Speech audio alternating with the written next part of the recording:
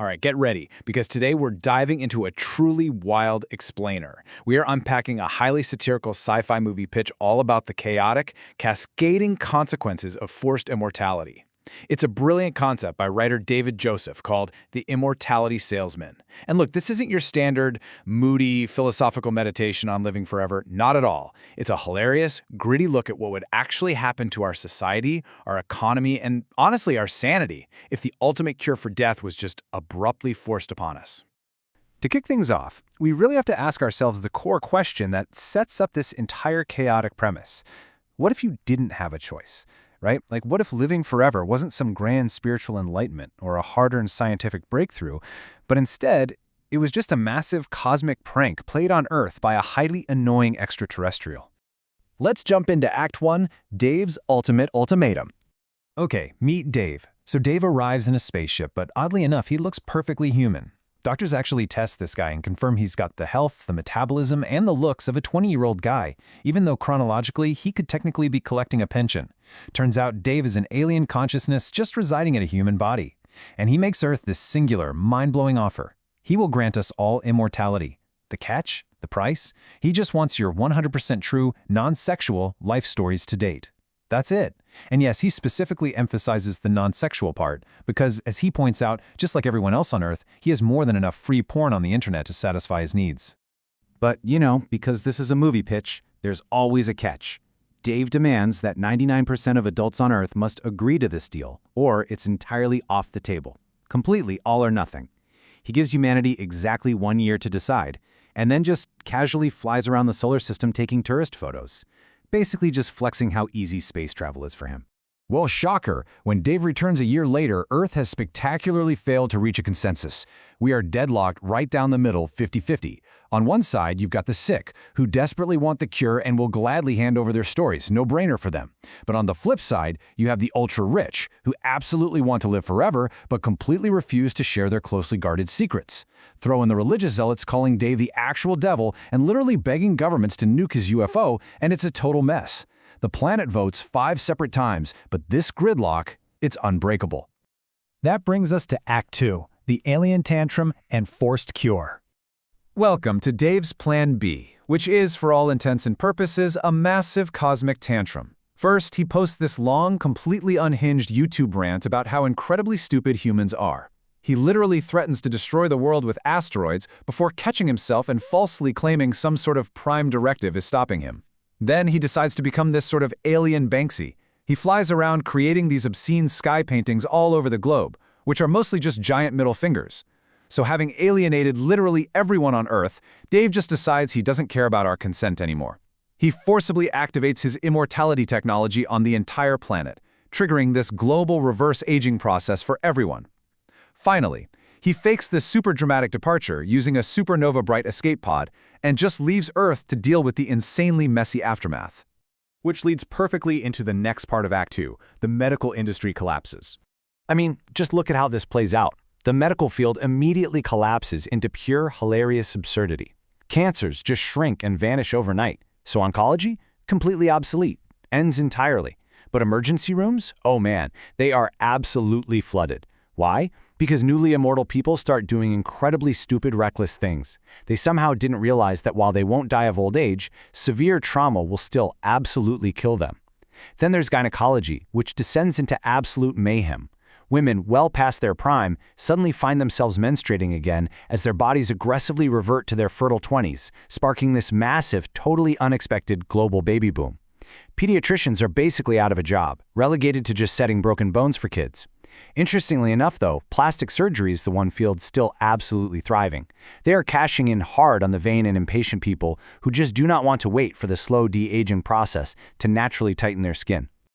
On top of all that, society has to adapt to how Dave's alien cure handles gender.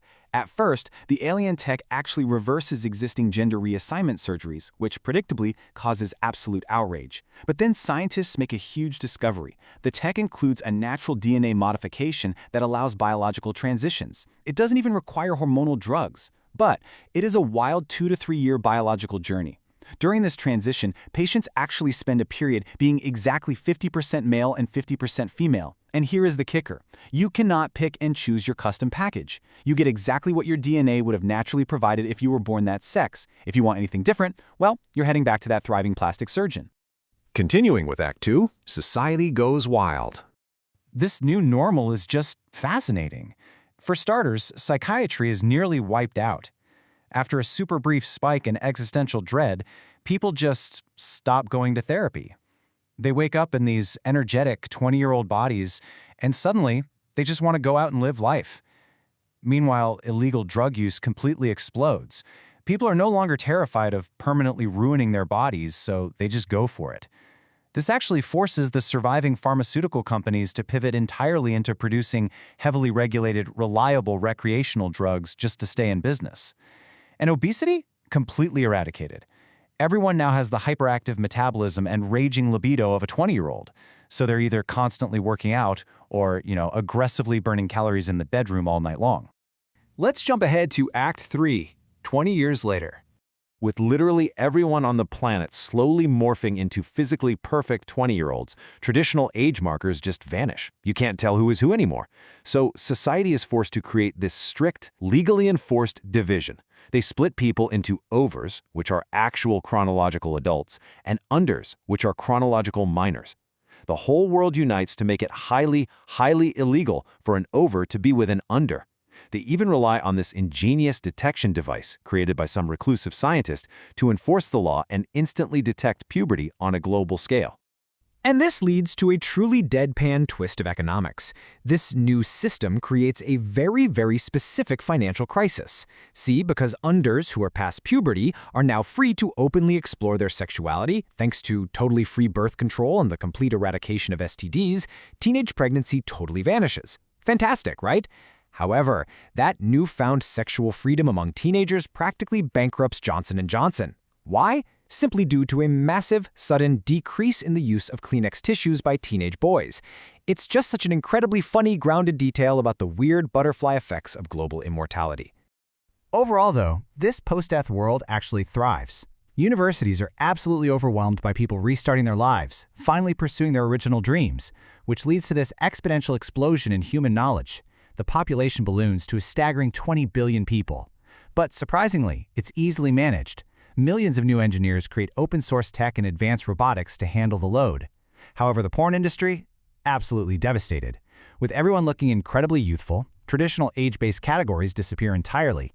As the story notes, MILFs look like teens. So in this new world, if you find yourself totally alone, it's definitely not because of your looks or your health. It is strictly because of your awful personality. Let's look at the final part of Act 3, Dave's true reputation. So, here is how the future timeline plays out. Dave had actually stuck around, secretly watching all this chaos unfold for 20 years. He'd been using a quantum computer to harvest humanity's life stories for his own personal VR entertainment. Classic Dave. But he finally leaves orbit for good. And, true to form, his parting gift is painting one final giant sky finger directly over the White House. Just a beautiful goodbye. 40 years after that, human scientists finally cracked the code to reverse Dave's anti-aging DNA modification. And this sudden, massive scientific leap makes Earth highly interesting on a galactic scale. It actually prompts brand new, vastly more professional aliens to finally make contact with us. And these new aliens deliver what is probably the ultimate punchline of the entire story. They look at everything that happened to Earth and casually explain that Dave, he isn't some grand emissary or powerful galactic leader. Not even close. He's a total loner. In their exact words, he is universally known as being kind of a dick. The greater galactic community really just tolerates the guy because his ship is undetectable and he doesn't technically destroy worlds outright. He just messes with them. In fact, these new aliens reveal that Earth was actually incredibly lucky. Dave apparently held back his absolute favorite parlor trick, which was a lie detector DNA modification. This insidious little biological update literally grows a hidden organ in your body that physically tingles whenever anyone lies to you. The bigger the lie, the greater the tingle. It doesn't tell you exactly what the lie is, but it instantly separates the sweethearts from the scumbags. The aliens inform us that this one specific modification has literally destroyed several previous worlds, just completely tearing societies apart from the inside out. So, bullet dodge there. Ultimately, though, Earth takes all this Dave-induced chaos and uses it to our massive advantage. Propelled by decades of crazy new physics research, humanity nearly solves the theory of everything. The new aliens see that we're close enough, so they kindly just hand over the missing pieces of the formula. Then this lone wolf scientist named Leon Smuck uses that to build actual ships capable of interstellar travel without needing hibernation. And to top it all off, humanity finally figures out how to replicate Dave's original trick, transferring human consciousness into cloned bodies, which means even accidental death is now completely a thing of the past. Humanity actually wins the long game, all thanks to the absolute worst salesman in the universe. So I want to leave you with this final provocative thought. Knowing all the sheer societal chaos, the collapsed industries, the giant skyfingers, and the undeniable fact that you are dealing with the galaxy's biggest jerk, if Dave landed his ship on your lawn tomorrow morning, would you still take his deal? Think about it. Thanks for joining me on this explainer, and keep questioning the universe.